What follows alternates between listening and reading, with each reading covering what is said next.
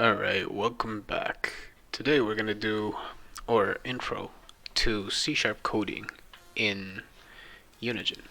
Now, the first things first, you need to have Visual Studio for C# coding because it requires .NET.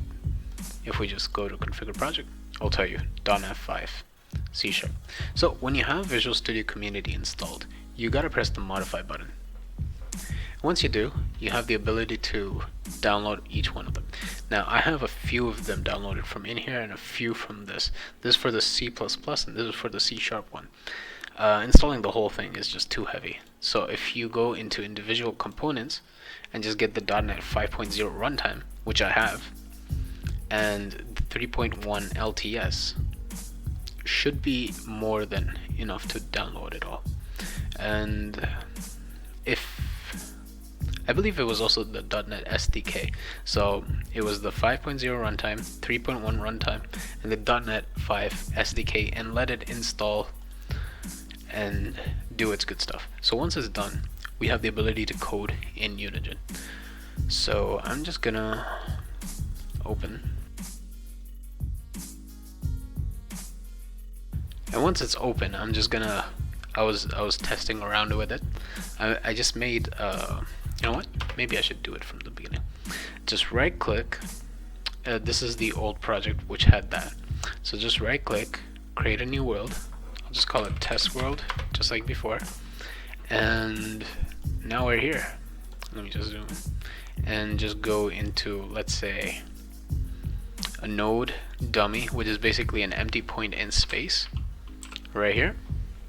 And I'm gonna add a code onto it. So just right click and create code in a C# component, just call it.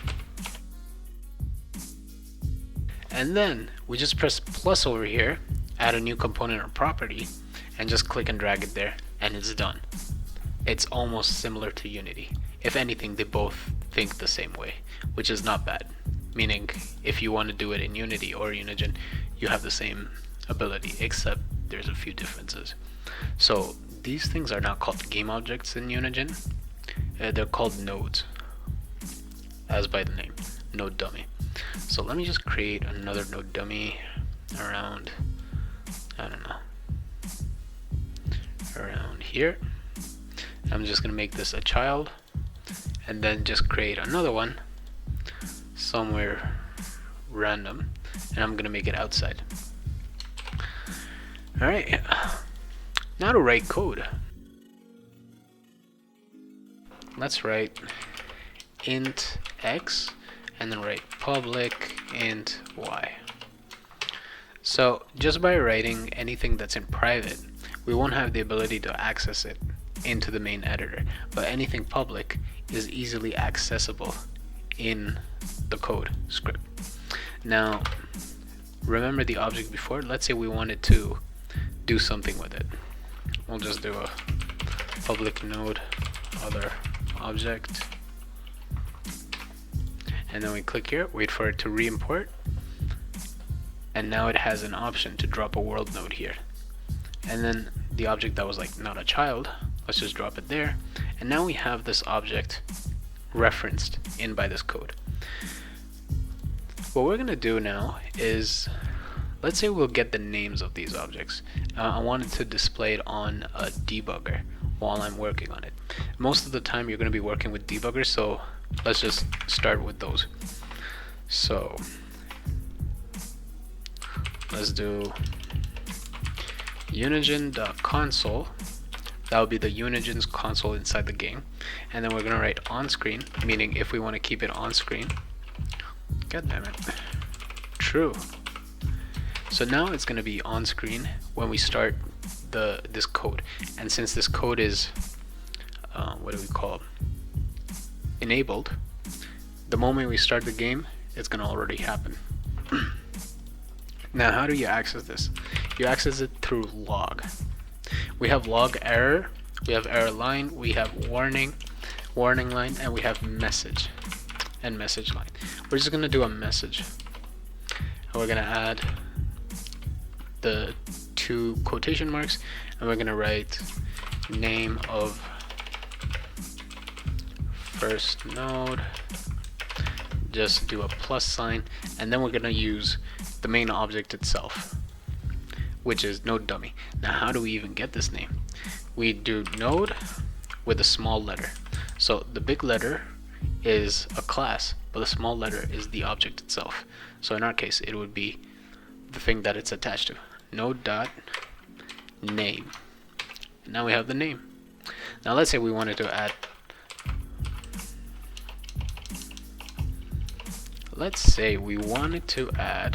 I'm still thinking in C++,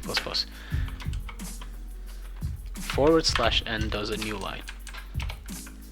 Alright, now let's say we wanted to add another message, and this time it's going to be name, baby's name, which is the kid's name, or whatever is the child of the object that we have right now, and we want its name, so we're going to be like node.getChild, and we choose the child dot name, and the child this time requires a number inside here.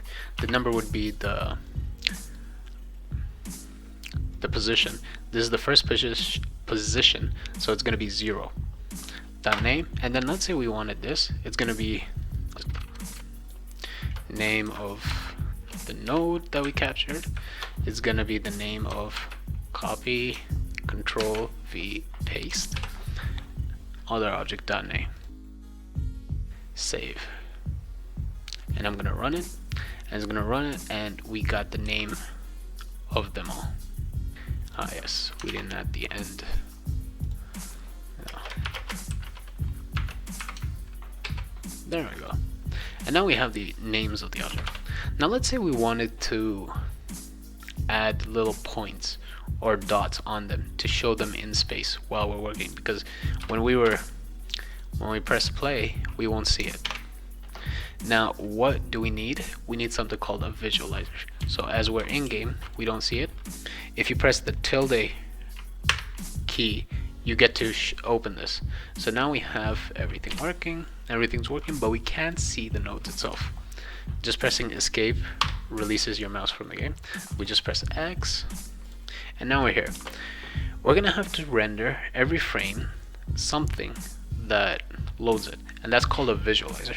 So before we even do it, we'll do a visualizer dot mode equals to dot mode enabled depth test enabled. And what that does is it allows us to actually see these visualizers. So let's just write visualizer dot render point 3D. This is going to render a little point in space, and it's going to use specific coordination. So first it requires a vector 3, i.e. a position. So we're going to choose node.world position, its position in the world.